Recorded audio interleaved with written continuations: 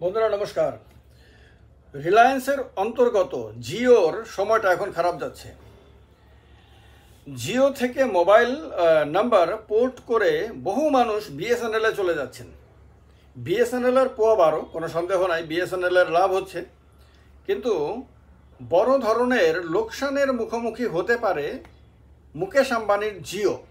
কারণ আমরা সবাই জানি কিছুদিন আগে আপনার জিও, তারপর এয়ারটেল, তারপর ভোদাফোন, এরা সবাই তাদের ট্যারিফ বাড়িয়ে দিয়েছিল। বিভিন্ন প্ল্যানগুলোর রিচার্জ প্ল্যানের দাম অনেকটা বাড়িয়ে দিয়েছিল এবং এতটাই বাড়িয়ে দিয়েছে যেটা মানুষের কাছে অস্বাভাবিক মনে হয়েছে। মানুষের কাছে মনে হয়েছে তাদের ঘাড়ে কোপ বসানোর মতন। মানুষের মনে হয়েছে, আরও বিশেষ করে জিওর ব্যাপারে মানুষের ক্ষোভটা এই কারণে যে জিও যখন লঞ্চ করেছিল তখন ফ্রি মানুষকে ডেটার সুবিধা এবং কলিংয়ের সুবিধা দিয়েছিল অনেক দিন ধরে। আমিও যখন জিওর নাম্বার নিয়েছিলাম তখন আমিও এই সুবিধা ভোগ করেছিলাম, এটা ঠিক। কিন্তু মানুষের মনে হয় যে জিও এই সুবিধা দিয়ে মানুষকে প্রথম লোভ দেখিয়েছিল যে তার নাম্বার যাতে মানুষ নেয়, মানুষ যাতে জিওর সিম ব্যবহার করতে অভ্যস্ত হয়ে যায়। জিওর সুবিধা ব্যবহার করতে করতে মানুষ যখন অভ্যস্ত হয়ে যাবে তখন জিও তার ট্যারিফের দাম বাড়াতে থাকবে, বাড়াতে বাড়াতে এমন একটা জায়গায় নিয়ে যাবে যখন মানুষ না তাকে ছাড়তে পারবে না তাকে ধরে রাখতে পারবে। তো এবার এমনিতে জিনিসপত্রের দাম আকাশ ছোঁয়া। প্রত্যেকটা জিনিসে, সবজি বাজারে গেলে মানুষের মাথা নষ্ট হয়ে যায়, বাজে মালের দোকানে গেলে পরে মাথা নষ্ট হয়ে যায়, যে কোনো জিনিস কিনতে যায়, কাপড়ের দোকানে, জুতোর দোকানে, অন্যান্য সামগ্রীর দোকানে, পড়াশোনার সামগ্রী, বই খাতা কলম, সমস্ত জায়গাতে গেলে পরে এই জিনিসপত্রের দাম যেভাবে বাড়ছে তাতে মানুষের বেঁচে থাকাটাই খুব টাফ হয়ে যাচ্ছে, সুস্থভাবে আর কি। তো এই অবস্থাতে এখন মোবাইলটা, যেটাকে বাদ দিলে কিচ্ছু ভাবা যায় না, এই মোবাইল ফোন মানুষের দৈনন্দিন জীবনের অপরিহার্য অঙ্গ হয়ে গেছে। এটাকে বাদ দিয়ে আজকের পৃথিবী অন্ধকার। এই মোবাইল এক তো হলো কলিং, মানুষের ছোট্ট ছোট্ট ব্যাপারেও মানুষকে ফোন করে করে কিছু না কিছু জানতে হয়। এখন আর মনে রাখার কোনো ব্যাপার থাকে না, এখন মোবাইলের মধ্যে নাম্বার থাকে, সেই নাম্বারটাকে ডায়াল করে ছোট্ট ছোট্ট জিনিসও মানুষ ফোন করে জেনে নেয়। আর হলো ইন্টারনেট ছাড়া পৃথিবীটাকে কেউ কল্পনাই করতে পারবে না আজকের দিনে। মোবাইল যদি ইন্টারনেট যদি 10 মিনিট সঙ্গে না থাকে তাহলে মানুষ পাগল হয়ে যায়। ফেসবুক করা, ইউটিউব করা, ইনস্টাগ্রাম করা, অন্যান্য যে অ্যাপগুলো দেখা, তারপর ডিজিটাল ইন্ডিয়ার যুগে নানান ধরনের সুবিধা, এখন ব্যাংকিং সুবিধা থেকে শুরু করে সব কিছু এখন মোবাইলের মাধ্যমে।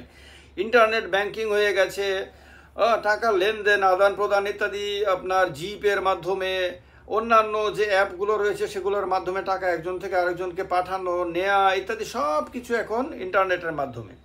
সেই অবস্থাতে ইন্টারনেটের দাম, ইন্টারনেট ব্যবহার করার খরচ যদি দিন দিন বাড়তে থাকে এবং এক লাফে যদি অনেকটা 11% থেকে 25-26% পর্যন্ত যদি বেড়ে যায় তাহলে মানুষের জন্য এটা বড় ধরনের একটা বিপদ সংকেতের মতন। মানুষের এখন আতঙ্ক দেখা দিয়েছে যে তাহলে আরও কিছুদিন পরে আবার এরকম বাড়াবে, এরপরে আবার বাড়াবে, এই রকম একটা আতঙ্ক দেখা দিয়েছে, যার ফলে বয়কট জিও একটা ট্রেন্ডিং দেখা যাচ্ছে সোশ্যাল মিডিয়াতে।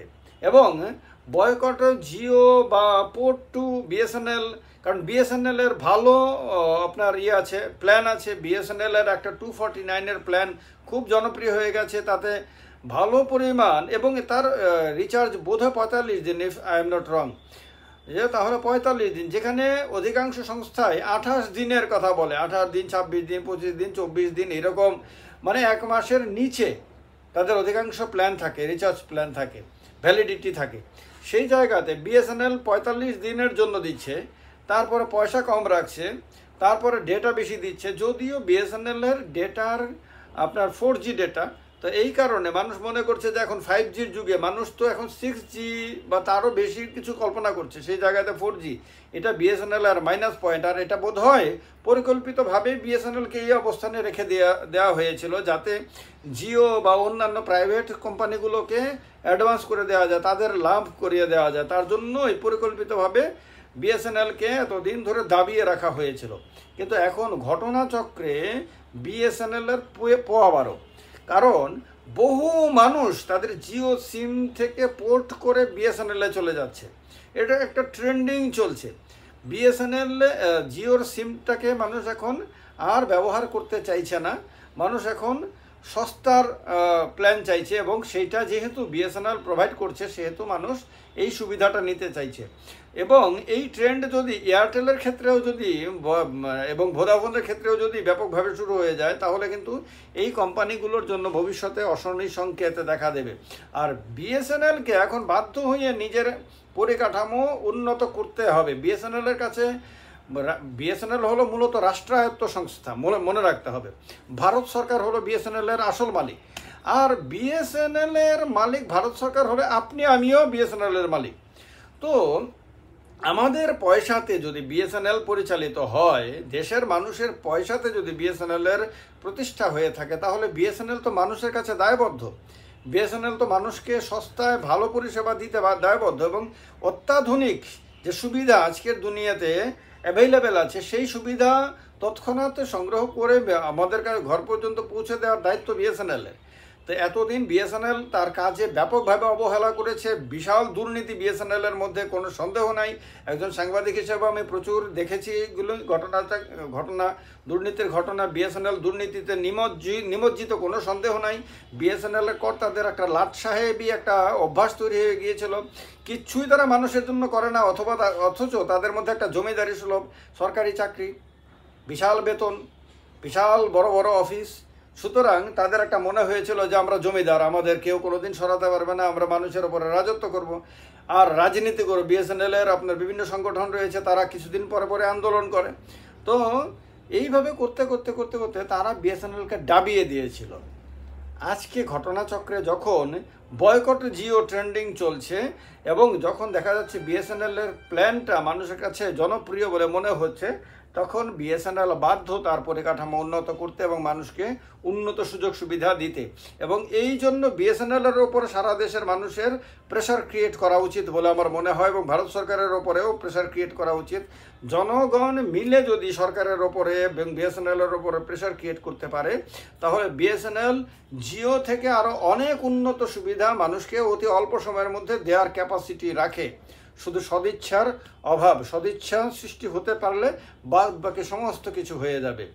আমার মনে হয় এটা সবাই মিলে এটা করতে পারে, যদি সবাই মিলে চেষ্টা করা যায়। তাহলে এক্ষেত্রে আপনাদের কি মনে হয় যে জিওর যে প্ল্যানগুলো সেগুলি ধরাছোঁয়ার মধ্যে? জিও সঠিক লাইনে আছে মনে হয়, বা এয়ারটেল বা ভোডাফোন এরা কি সঠিক লাইনে আছে মনে হয়, না বিএসএনএলকে আরও উন্নত করা দরকার বলে মনে হয় এবং এদের হাত থেকে মুক্তি পাওয়া দরকার বলে মনে হয়? কমেন্ট বক্সে জানাবেন কমেন্ট করে। ভালো লাগলে ভিডিওটি ম্যাক্সিমাম শেয়ার করবেন, লাইক করবেন। নমস্কার, জয় হিন্দ।